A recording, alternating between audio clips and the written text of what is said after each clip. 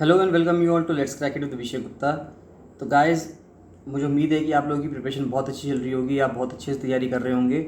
और अब 2 दिन बाद लोअर पीसीएस का मेंस है, तो जो भी कैंडिडेट्स लोअर पीसीएस का मेंस देने जा रहे हैं उनको मैं ऑल द बेस्ट करना चाहूँगा कि आपने बहुत तैयारी की है।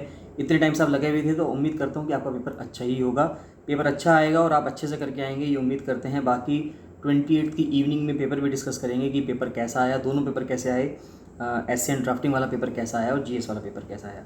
कुछ क्वेश्चंस हैं जो काफ़ी टाइम से आ रहे थे, अलग अलग वीडियोस पे आ रहे हैं, कुछ क्वेश्चंस हैं, तो उन क्वेश्चंस को ही डील करना चाहूँगा कि जो आपके सवाल हैं उनको वहाँ पे रिप्लाई करने की जगह एक वीडियो बना के रिप्लाई करना ज़्यादा सही रहेगा, जिससे कि और भी स्टूडेंट्स का इसमें फ़ायदा हो सके। और जो कुछ कॉमन क्वेश्चंस हैं सभी स्टूडेंट्स के, एक बार वो डिस्कस कर लेते हैं। इससे आपके जितने भी सवाल हैं, जितने भी आपके क्वेरीज हैं, सब डिस्कस हो जाएंगी। तो स्टार्ट कर लेता हूँ। कुछ क्वेश्चंस हैं मेरे पास जो मैंने नोट किए हैं, उन क्वेश्चंस को मैं आपको एक बार बता देता हूँ कि उन क्वेश्चंस के क्या आंसर्स हैं। तो सबसे पहले कामना एक करके हैं पर्सन, उनका पूछना ये है कि हम क्या ऐसे कर सकते हैं कि 6 सब्जेक्ट हिंदी में लिखे और 1 सब्जेक्ट इंग्लिश में। ये अपर पीसीएस के लिए पूछना चाह रही हैं। तो ऐसा नहीं होता, या तो आपका मीडियम इंग्लिश है तो आप सारे पेपर्स इंग्लिश में लिखेंगे। अगर आपका पेपर का मीडियम हिंदी है लिखने का, तो आप सारे पेपर्स हिंदी में लिखेंगे। अगर कोई पेपर ऐसा आता है कि लैंग्वेज का पेपर है, वो इंग्लिश लैंग्वेज का पेपर है या हिंदी लैंग्वेज का पेपर है, तो ऑब्वियस सी बात है, आप अगर हिंदी लैंग्वेज का पेपर है तो आप उसको हिंदी भाषा में ही लिखेंगे। लेकिन जो भी जितने भी पेपर होंगे, अगर जीएस का पेपर है, लास्ट वाला एथिक्स का पेपर है, एथिक्स इंटीग्रेटेड एप्टीट्यूड है, पेपर नंबर 7, तो जितने भी पेपर्स हैं वो सब आपको एक ही लैंग्वेज में लिखना है, जो लैंग्वेज आपने चूज़ की हुई है, ये आपको ध्यान रखना है। ऐसा नहीं होगा कि कोई पेपर इंग्लिश में लिख दो, कोई पेपर हिंदी में लिख दीजिए। उसके बाद जो अगला क्वेश्चन आता है वो आता है नीरज मेहरा जी का क्वेश्चन आ रहा है कि हम लोअर पीसीएस के मेंस में जो परसों होने जा रहा है उसमें कैलकुलेटर ले जा सकते हैं? बिल्कुल नहीं ले जा सकते, कैलकुलेटर अलाउ नहीं है। छोटी सी कैलकुलेशन आएगी, जो 20वां सवाल आता है वो छोटी सी कैलकुलेशन का आता है, उसमें आप वो छोटी सी कैलकुलेशन कर लेंगे, उसमें आपको कोई भी कैलकुलेटर की रिक्वायरमेंट नहीं है। उसके बाद आता है रश्मि भंडारी जी का क्वेश्चन ये है कि अगर नेशनल एजुकेशन पॉलिसी के ऊपर 2020 का जो नेशनल एजुकेशन पॉलिसी है, तो रश्मि भंडारी जी का जो क्वेश्चन है वो ये है कि अगर नेशनल एजुकेशन पॉलिसी 2020 के ऊपर सवाल आता है या उसके ऊपर एस्से लिखने के लिए आता है, तो क्या हम पॉइंट्स में लिख सकते हैं? देखिए, बेसिकली एस्से हमेशा पैराग्राफ्स में लिखा जाता है, पॉइंट्स में जीएस के आंसर्स लिखे जाते हैं। तो वैसे तो आप एस्से के अंदर पॉइंट्स नहीं लिखेंगे, लेकिन फिर भी इन केस बहुत ज़्यादा ज़रूरी हो तो आप छोटे मोटे 3-4 पॉइंट्स लिख सकते हैं। बहुत ही प्रिसाइज लैंग्वेज में, बहुत ही प्रिसाइज वर्ड्स में, 2 या 3 वर्ड्स का एक सेंटेंस बनेगा, उसमें आप लिख सकते हैं। ज़्यादा आप अगर चाहेंगे कि हम पॉइंट्स बना के लिखें तो एस्से में पॉइंट्स नहीं चलते, एस्से के अंदर आप पैराग्राफ्स में ही लिखेंगे।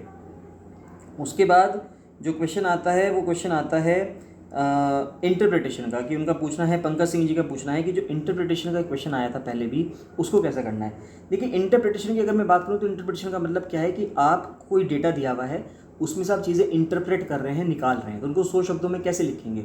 मान लेते हैं एक डेटा दिया है, किसी गांव का कोई डेटा दिया हुआ है जहाँ पे ग्राफ्स के रूप में ये बता रखा है कि बार ग्राफ दे रखा है, उसके रूप में बता रखा है कि कितने मेल्स हैं, कितने फीमेल्स हैं, कितने बच्चे हैं। तो वहाँ पे आप क्या लिखेंगे? वहाँ पे आप बताएंगे कि इस ग्राफ की मदद से आपको क्या पता चला है, ये हमें ये पता चला है कि इस गांव में मेल्स की जनसंख्या इतनी है, इतने परसेंट है, जो भी उस ग्राफ के थ्रू रिप्रेजेंट किया हुआ होगा आपको।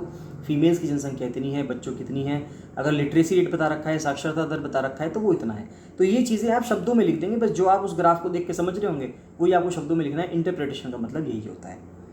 उसके बाद अंकिता तरागी का क्वेश्चन ये था कि पेन कौन सा यूज़ करना है। तो पेन बॉल पेन यूज़ होंगे और सिर्फ ब्लू या ब्लैक हो सकता है, इसके अलावा कोई नहीं हो सकता।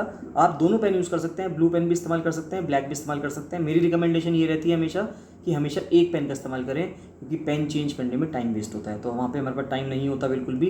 एक ही पेन का इस्तेमाल करें, जिस चीज़ को आपको हाईलाइट करना हो उस चीज़ को अंडरलाइन कर दें। तो या तो पेन ब्लू इस्तेमाल करें या पेन ब्लैक इस्तेमाल करें, 2 अलग अलग तरह के पेन इस्तेमाल मत करें। उसके बाद जो अगला क्वेश्चन आता है वो आता है कि दोनों पेपर मेंस के एक दिन होंगे? बिल्कुल एक दिन होंगे, 28 को ही दोनों पेपर होंगे, सभी को पता है ये। और टाइमिंग्स जो है सुबह से है, एक 9 से 12 है, फिर 2 से 5 होगा, इस तरह से 2 पेपर्स होंगे।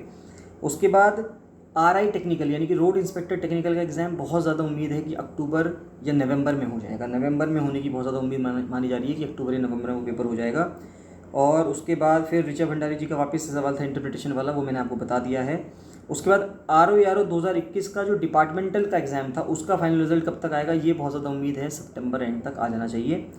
और उसके बाद आता है अभिजीत वशिष्ठ जी का कहना यह है कि जो आर सचिवालय की वैकेंसी आने वाली है क्या उसमें दूसरे स्टेट के लोग एलिजिबल हैं? बिल्कुल एलिजिबल हैं। दूसरे स्टेट्स के जो पर्सन्स हैं, दूसरे स्टेट्स के जो कैंडिडेट्स हैं, वो बिल्कुल उसका फॉर्म भर सकते हैं।